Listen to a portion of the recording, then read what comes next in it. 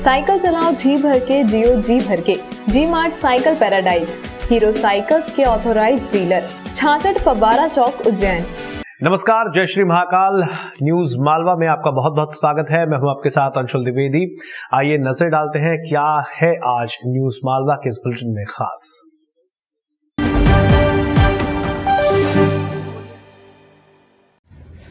Corona के संक्रमण को जो अब भी मजाक मानकर चल रहे हैं, उनके लिए हमारे पास 2-3 बड़ी खबरें हैं। पहली खबर यह कि उज्जैन में कोरोना के मरीजों के आंकड़े हर रोज़ नए रिकॉर्ड बनाने लगे हैं। दूसरी खबर यह कि सरकारी अस्पतालों में कोरोना मरीजों के लिए रिजर्व सारे बेड फुल हो चुके हैं। और तीसरी बड़ी खबर यह है कि पिछले लॉकडाउन के वक्त सबसे ज़्यादा बदनाम रहा आरडी गार्डी मेडिकल कॉलेज एक बार फिर से सक्रिय हो गया है। शुरुआत करते हैं आंकड़ों से। शुक्रवार शाम के हेल्थ बुलेटिन में उज्जैन जिले में नए 85 मरीज मिलने की पुष्टि हुई है। इनमें से 62 उज्जैन शहर के हैं। एक्टिव मरीजों की संख्या 534 पर जा पहुंची है और एक मौत के साथ परलोक जाने वालों का आंकड़ा भी 109 पर पहुंच गया है। हर रोज़ बढ़ती जा रही मरीजों की संख्या ने सरकार को आखिरकार वीकेंड लॉकडाउन लगाने पर मजबूर कर ही दिया है। शनिवार रात 10 बजे से सोमवार सुबह 6 बजे तक उज्जैन में भी कंप्लीट लॉकडाउन रहेगा। केवल दवा और दूध जैसी इमरजेंसी सेवाओं को ही खुला रखने की इजाज़त होगी।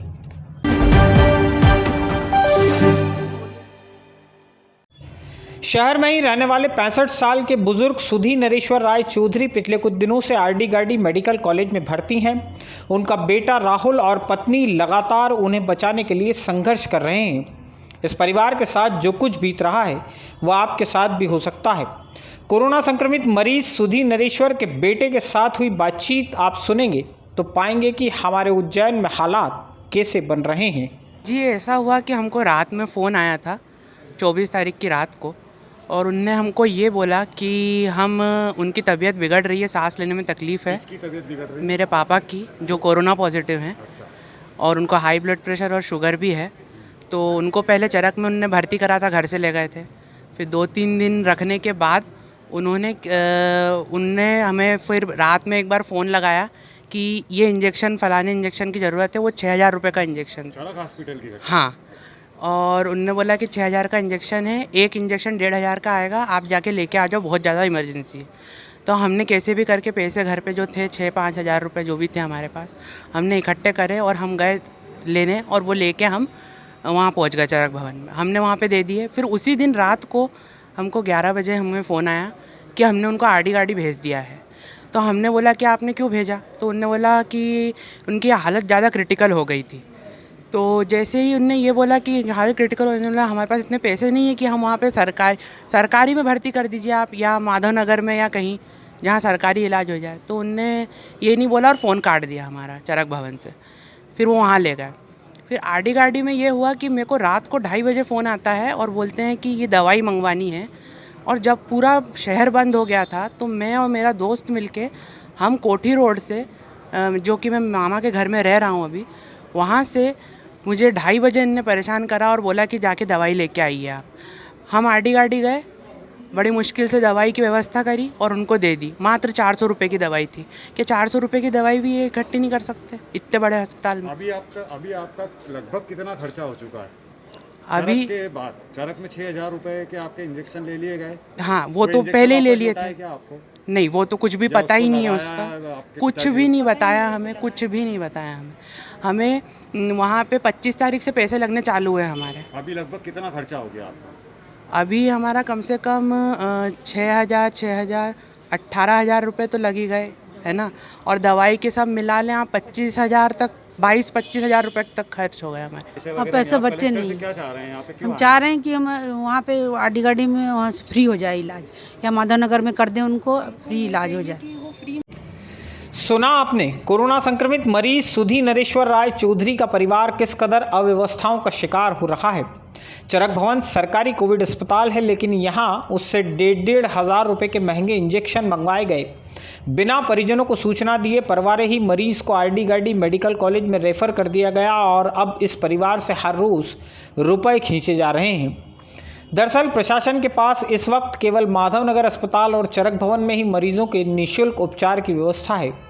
दोनों ही अस्पताल मरीजों से भरे हुए हैं।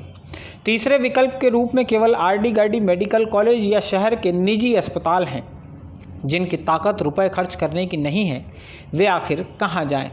इस सवाल पर हमने कलेक्टर आशीष सिंह से भी जवाब जानने की कोशिश की, लेकिन वे भी दूसरी मीटिंग्स का हवाला देकर इस अहम सवाल पर जवाब देने से बच निकले।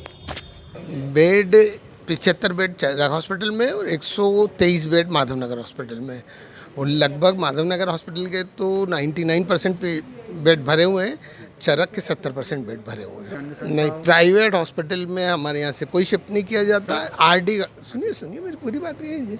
आरडी गार्डी जरूर शिफ्ट किया जा रहा है, और आरडी गार्डी को हमने हमारे अंडर में करना है। परिवार को सूचना इसकी क्यों नहीं दी? परिवार की सूचना हो सकता है कि उस समय कोई मतलब पेशेंट की कंडीशन ज़्यादा ख़राब हो तो पहले उसको रिवाइव करना जरूरी है, उसके बाद परिवार को सूचना दे देते हैं। सर, ऐसा भी आया है केस सुनने में कि चरक हॉस्पिटल में कुछ 1,500 के 4 इंजेक्शन मंगाए गए। नहीं, ऐसे कहीं कोई ऐसी मेरी जानकारी में नहीं, और अगर जानकारी में हो आप दीजिए, उसकी निश्चित रूप से उसके खिलाफ। एक प्रश्न और बताइए कि अगर कोई गरीब है जो चरक या माधवनगर में एडमिट है और उसको आरडी गार्डी हॉस्पिटल पहुंचा दिया जाए, वो वहाँ का खर्चा वहन कैसे? नहीं, वहाँ निःशुल्क है। 75 बेड गवर्नमेंट ने हैंडओवर कर लिया। देखिए, एक फैमिली खड़ी है, 25,000 रुपए लग चुके हैं बुधवार से अभी तक। बुधवार तक निःशुल्क नहीं था, ये निःशुल्क हुआ आज, कल से हुआ। हाँ। सर, आज भी पैसे लिए नहीं, ये तो या तो ये उनको बोलते हैं, और अभी हमारी तरफ से निःशुल्क है, और फिर भी इनसे पैसे लिए तो ये लिख के देंगे तो हम वापस पैसे करवा देंगे। मदद की जाएगी, 100% की जाएगी।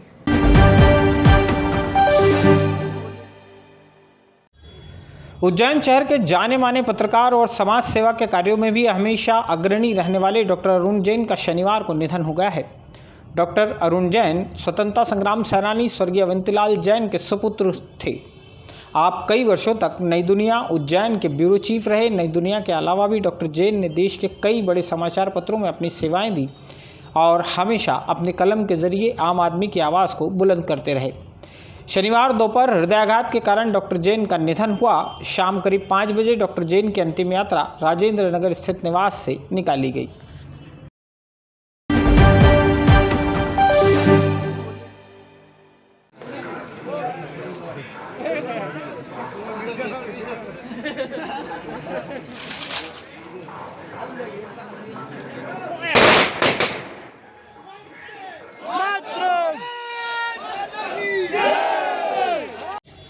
सियाचिन में ग्लेशियर की बर्फ के नीचे दबने के कारण मौत का शिकार हुए सैनिक बादल सिंह चंदेल की पार्थिव देह को शनिवार सुबह नागदा में सैन्य सम्मान के साथ अंतिम विदाई दी गई।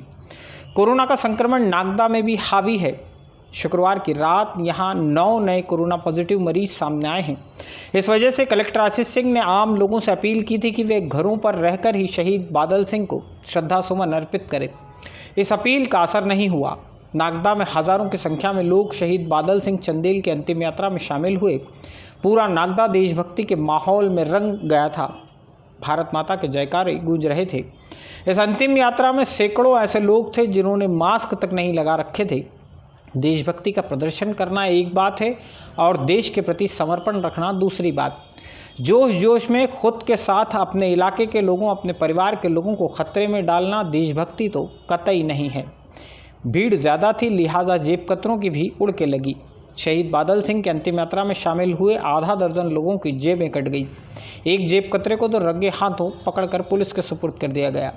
न्यूज़ मालवा परिवार की ओर से हम इस देश के सपूत को श्रद्धा सुमन अर्पित करते हैं।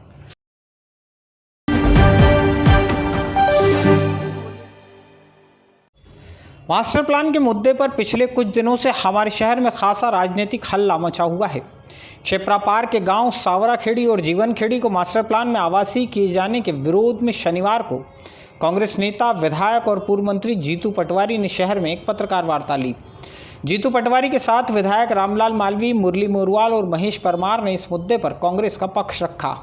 जीतू पटवारी ने कहा कि सावराखेड़ी जीवनखेड़ी की ज़मीन को आवासीय किए जाने के विरोध में कांग्रेस कोर्ट और ज़मीनी स्तर पर लड़ाई लड़ेगी। उन्होंने और कुछ क्या कहा, आप खुद ही सुनिए।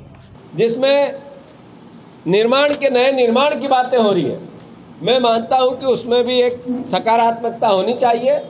साथ ही साथ कई लोगों के सैकड़ों साल पुराने संस्थान है, उनको तोड़ने की बात होकर सिंहस्थ क्षेत्र को नए निर्माण की बात जब होती है तो उनको भी किसी न किसी रूप में मुआवजा देने की बात होनी चाहिए। आप कैसे तानाशाही पूर्ण अराजकता से किसी को हटा सकते हो, ये भी कांग्रेस पार्टी मांग करती है कि मुआवजे के साथ विस्तार की बात हो, न कि डंडे के बल पर, तानाशाही के बल पर विस्तार की बात हो। इसका हम विरोध करते हैं।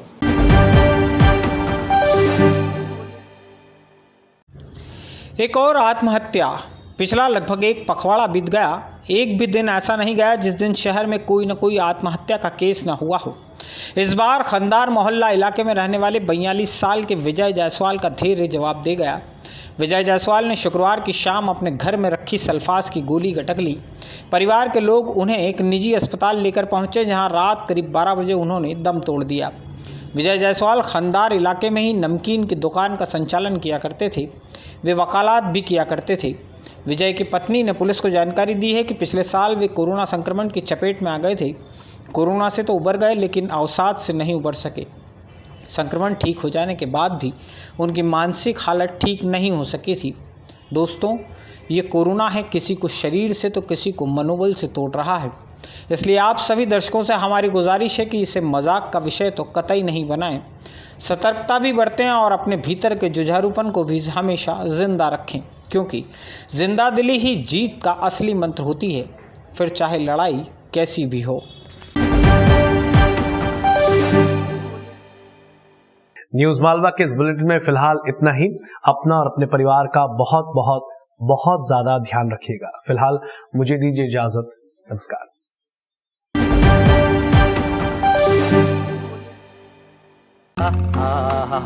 वाह, ताजगी का दूसरा नाम फेमस गोल्ड टी।